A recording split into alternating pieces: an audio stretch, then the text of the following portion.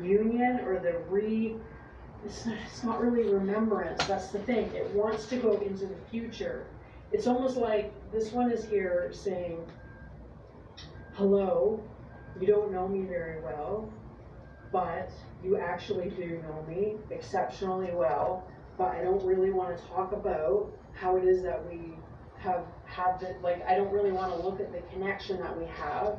I want to look forward. I want to move into a new energy, but we have to start where we are, and where we are is very anchored in your day, in this dimension. Perhaps that's what the Seven of Pentacles is talking about. It could also be talking about this energy that we started with, your plans, because the Seven of Pentacles is an energy of like planting seeds for future harvest, right? So it's interesting because this energy wants to bring us into a future vision or a future story, or give us a glimpse of what's over the horizon, but it's like it's kind of bumping right up against your plans, the seeds that you've planted, or the manifestation that you're in the midst of, that you're in the midst of experiencing. That's kind of like this stopper energy, right? So she's saying we need to be lighter than that. It's almost like this Seven of Wands energy is very grounded in reality, grounded in what is known or expected, and she wants to lift it into the hummingbird energy, which is more multidimensional, right? The hummingbird is a defier of physics, in my mind.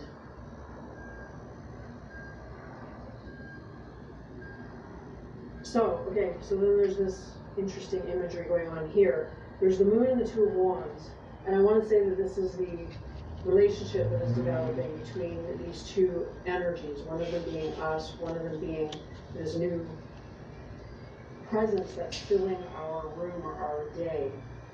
I actually want them to be kind of this way because they're more kind of engaged, but I think the reason they came out this way is because of the significance of the sky. You see how the sky here, in this card it's filling more of the frame, right? So, and then of course with the Eight of Wands next, the sky fills the whole frame. There is no ground. Well, there slightly, like way in the distance, way on the horizon, right at the very bottom there. It's like falling away. So it's talking about that.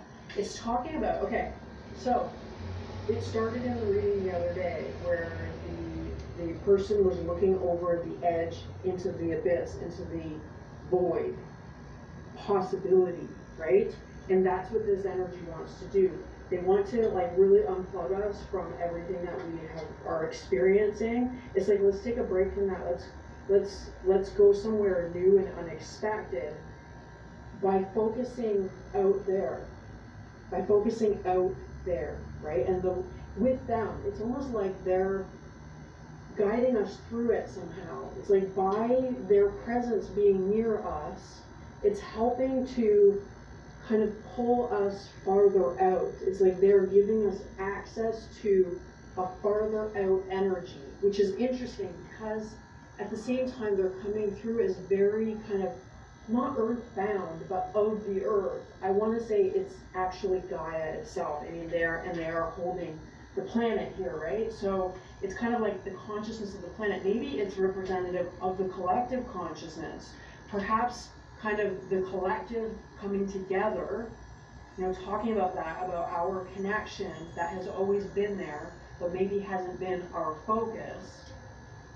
Our collective focus can bring us past this energy and into this higher dimensional view, because perhaps as a collective, or through this connection, like I said, we can reach farther out. It's like accessing energy that hasn't been accessed yet, or ideas or potentials, because it's like the longer we're in contact or in relationship with this energy, the farther out we can access, and that's why it's falling out of the frame. You see what I'm saying?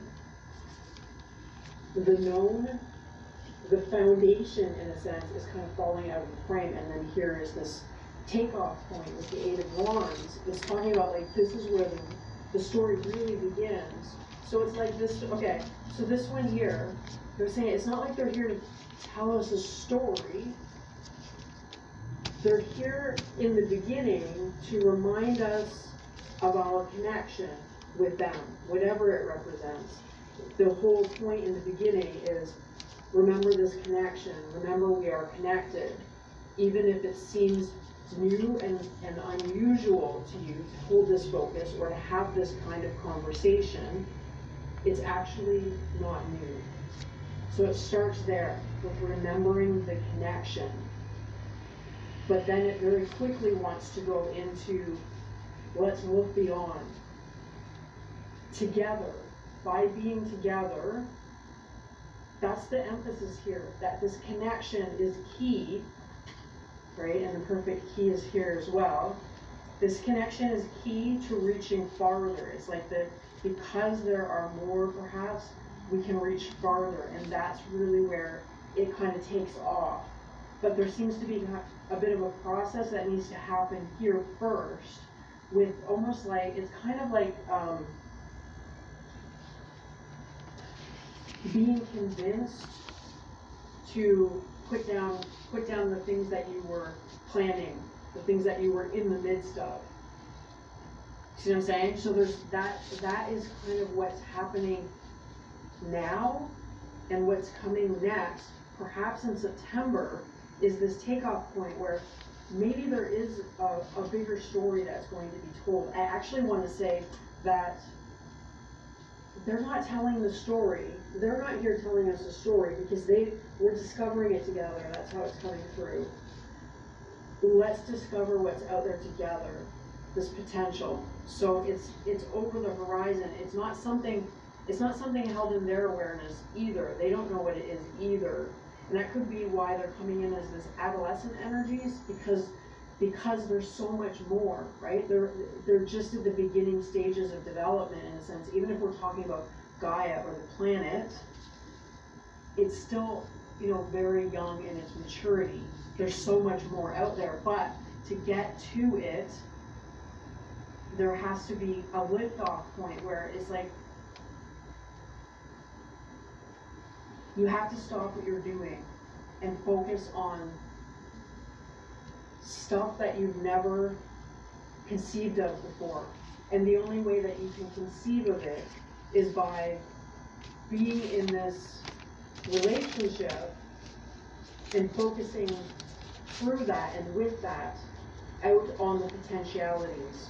And that's how it comes closer, or we get brought closer to it. That's how that gap gets closed, is by spending time focusing with the hummingbird energy in a more multidimensional. Multidimensional is actually, it's almost like excluding the third dimension, right? Okay, so I'm going to continue to pull cards and create an extended and see what else wants to come out about this. If you're interested in that, the link is in the description, and if not, I will see you guys next time. Thanks, bye.